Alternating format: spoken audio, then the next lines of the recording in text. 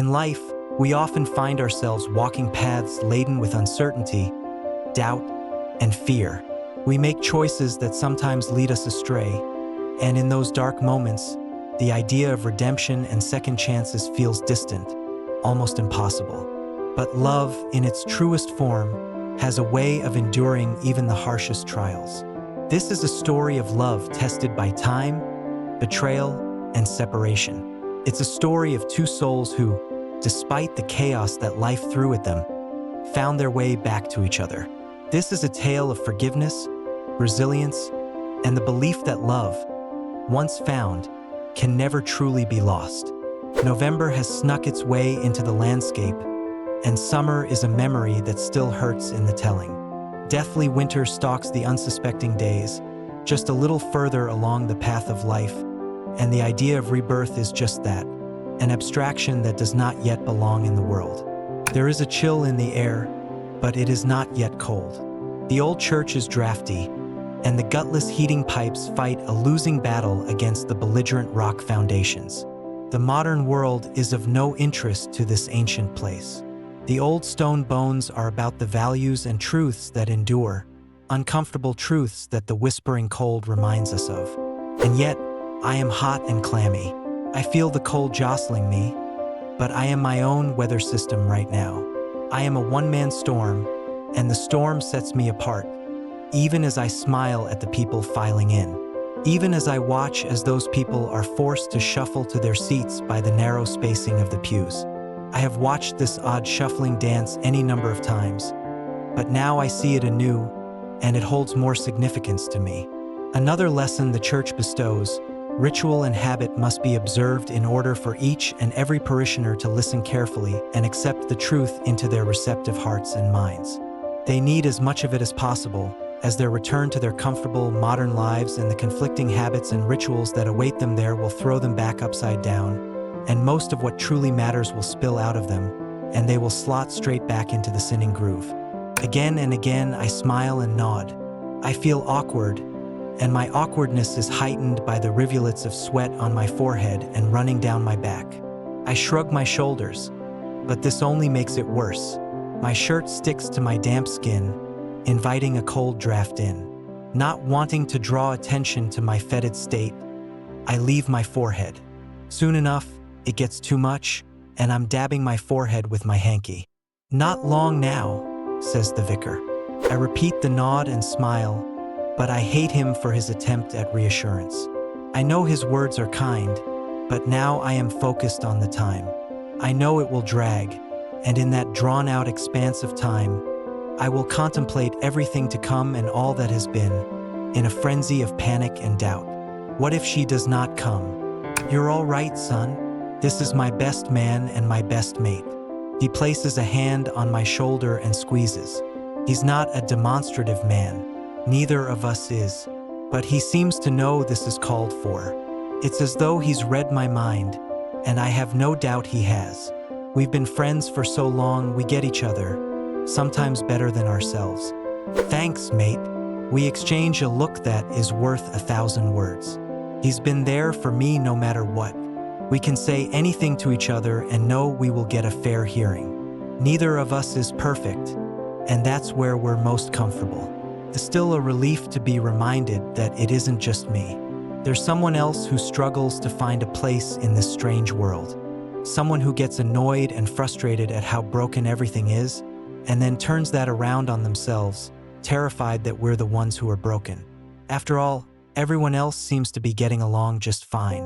We don't want to be like everyone else, though, and so we're trapped in a state that grates away at us.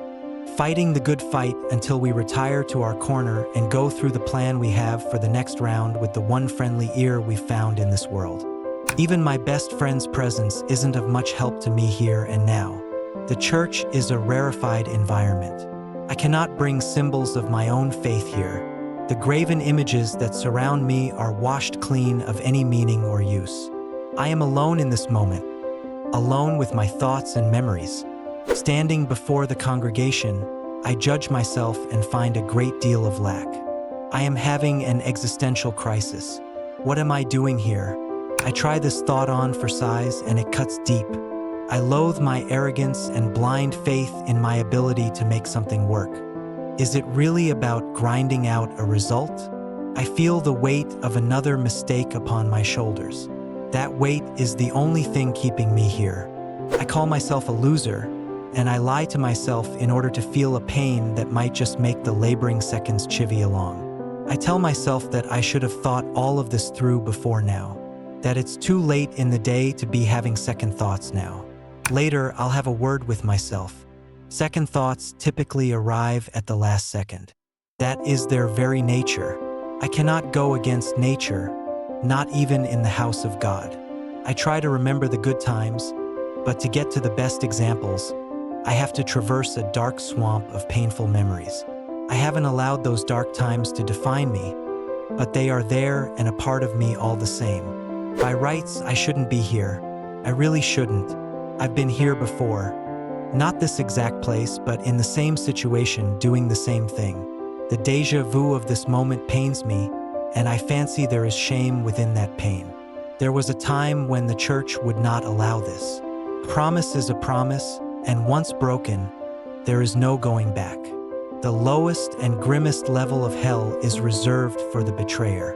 Is there a worse betrayal than going against vows made in the sight of God and witnessed by all those you love? Maybe there is, but that's a theoretical discussion to be had in hell, a willy-waving exercise to see who is the most despicable amongst us. And I am here because of a betrayal far worse than any I have ever perpetrated. 7 years on, and I am itchy with sweat, burning with the heat of my doubt and fear. I can dispel my self-doubt, and I can put aside my doubt of her. But it's life that I doubt, this world of ours. I have seen evil, and I know how strong and persuasive it can be. The devil takes the souls of the living, and his Faustian bargain stinks of sulfurous deceit. That poison is rubbed into self-inflicted wounds, and in the confusion of madness, whole houses fall and darkness reigns. We are weak and we are selfish. Our wounds are our treasure, and we lash out at those we love as we slavishly attend to those wounds. If we are lucky, we catch sight of those who would be our salvation. We latch onto the light we have glimpsed, and we never take our eyes from it. Those we love are the lighthouses in the storms of our lives. They are where we belong. I wonder at the blasphemy of my considering weak flesh and blood my salvation. But here in this home of God, surrounded by my church, I know it not to be a blasphemy nor a contradiction. The light we see is the light of love, and that love is divine. God is love, and love is God. We are one tiny part of a greater whole, and in that belonging we are everything. As I stand here and prepare to make a leap of faith, I wonder at our capacity to bear pain. That capacity seems matched by our ability to bear love. We can fill ourselves and our lives with one or the other. One is a passive act, a giving up of everything, including our very selves. The other is an act of will, to live and take responsibility for our lives and everything our living touches. To own the consequences, to serve those we love, to give, to forgive. Life rewards us for that which we give it. The wonderful thing about that is we never know what we're getting. We have no say in that. This is just as well, we're no good at establishing what we want, let alone what we need. I await her and consider my leap of faith. I have a long-standing theory that has since become a belief. The one is not that person you see across a crowded room and fall in lust with. The one becomes. They are transformed in the act of a love that will outlast us all. You have to want it and you have to live it. Times will sometimes be hard, but those times are when you both build a strong bond of love. Two people who dream together and love together will be together in the best of ways, and in that oneness, their lives will be as rich as can be. Memories, connection, bathing in the light, being warmed by it, being filled by it. Shaking with the responsibility of what I am embarking upon, I gaze down the impossibly long aisle and await my fate. The aisle is my chosen path, my Rakosan path. We parted 7 years ago, and now we are rejoining. We are the long odds, and we are both stubborn enough to make those odds work. divorced and now remarrying. Our lives were torn apart by evil, and we were left with less than nothing in the aftermath of that savage and callous attack. This was a storm that threatened never to end, and in the midst of it, we lost our grip and sank into a darkness without end. I never dared hope that she would come and find me once she was washed upon a far-off shore. Too much water under a bridge that burned for 1,000 days and nights but never provided a light to see by. Our everything was crushed under the weight of a betrayal that consumed all it touched. I held firm and never lost sight of what counted. I fought for what was right, and in so doing, I found my way to calmer waters, and I kept what was mine. All the memories, the friendships and connections that called to me and brought me to safe harbor. I never stopped living, and my life contained a kernel of hope as I mended my broken hull and dared to venture forth again. Did I wait for her? I remained true to myself. I held on to who I was and what I was about.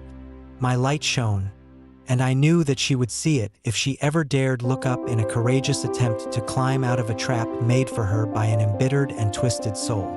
We are all of us blinded by pain as we walk the path of life. And in that pain, we seek to attribute blame for the hurt we experience. Seldom do we blame the true perpetrator of our fall. And even if we do, it is a foolish endeavor. Blame is hate's lie, and it brings the angry darkness, and that darkness is forever hungry. I forgave. Forgiveness was as much a gift for myself, and in my forgiveness was the hope of better days. Better days for us all. I wished her well, and I hoped that she would be restored to herself. All I wanted was for her to be herself again. I had seen her truth, and I had shared it. There was a happiness in our being real together, a promise of so much more to come. We had only just begun. A shared path stretched out before us, with the hint of an eternity beyond that. Love is all things. Love is eternal. When paths diverge, love remains. We are stupid in our hateful lies if we ever paint an end to love. In our memories is the love we shared, and those memories endure. Each and every one of those who have loved us, and we have loved, they are a part of us. We worry too much about who we are and who we are meant to be when love takes care of that for us. We only make sense when we are a part of something bigger than us. I look around the church and I see that now, and a joyful peace replaces all my worries. Now my smile contains a light that will not be denied, and several of my family and friends see this and return that radiant glow. They have been with me through thick and thin. Of course, they have. What was the alternative? Even in my darkest days, as I lay in an empty bed in an empty house that had once been a home, I was never alone. I felt the love from all these people, and I remembered my place in their world and the obligation it carried. And so I kept going. I kept going, and I hoped that she would too. I hoped that she would someday see me and remember herself. I kept the faith. I was me, and in being me, being real, I was enough. We agreed to meet each other after the jagged hailstones of the divorce abated. A coffee in a neutral place to talk and see what our newfound status afforded us. What it all meant. We are, after all, seekers of truth. That is the point of our lives. That meeting never happened. I never once thought that it would. She remained wounded, and now she had a new receptacle for her blame. And in blaming, she bent the narrative to suit her. I had divorced her. She needed to create that false proof of abandonment in an attempt to dull her pain. I was the love of her life, and in her pain, she transformed me into her scapegoat. And in leaving me, she told herself that it was I who had betrayed her. Nothing could have been further from the truth, but we all create our own reality, and hers sat dangling over the abyss. There were those who believed her, though. They saw her pain and related to it. The narrative was simple. She was hurt. Why would she lie? Where was I in her darkest hour? I was here. I was always here for her, in the place that was once our home. I never once left the space I'd occupied. I remained in the light. I knew well enough that you cannot ever follow someone into their darkness. The darkness of isolation where love cannot reside. Moving with the flow of life, I got busy living. I forced one foot in front of the other and waded through the treacle of my despondency. The weight of the world threatened to collapse me, but I couldn't give in, couldn't give up. I carried that weight until I was truly back in the world. I kept going, and I found a way to live well and relinquish the pain of my rejection. I sought the love of those around me and found it in abundance. And I found more still. People reached out to me in love to make sure I was okay. We all need that to ensure those around us are all right. Those acts of kindness make the world make sense. Kindness is order in a world that would mortally wound us if we strayed too far from our herd. The next chapter approaches, and I lose myself in my newfound peace. I am where I need to be, and in that joyous state, I remember where it all began again. A chance encounter on a high street miles from anywhere. The shocked confusion of seeing each other and an insane urge to run away from what I did not know. Fancy that drink now? I asked her. Why not? She replied.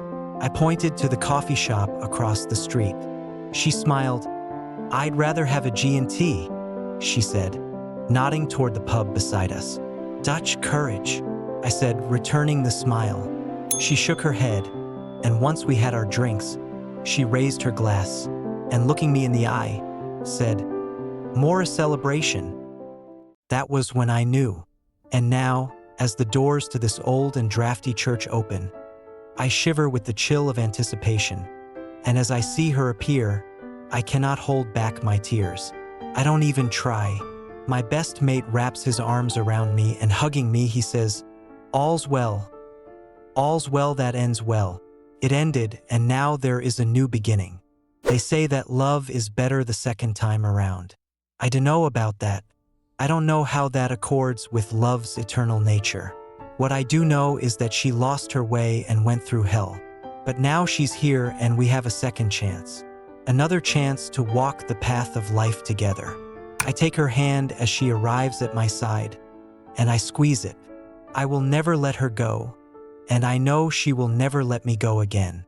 She is here now, and she is here for me, and there is nothing else. Only our love and our future. What else could I ever want?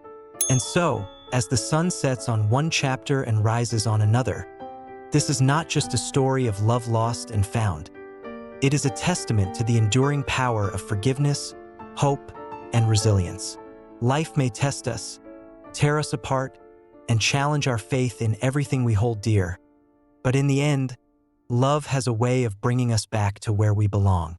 Sometimes, it takes a journey through darkness to appreciate the light, and sometimes it takes a second chance to realize that love, no matter how scarred or broken, can be the most beautiful thing of all.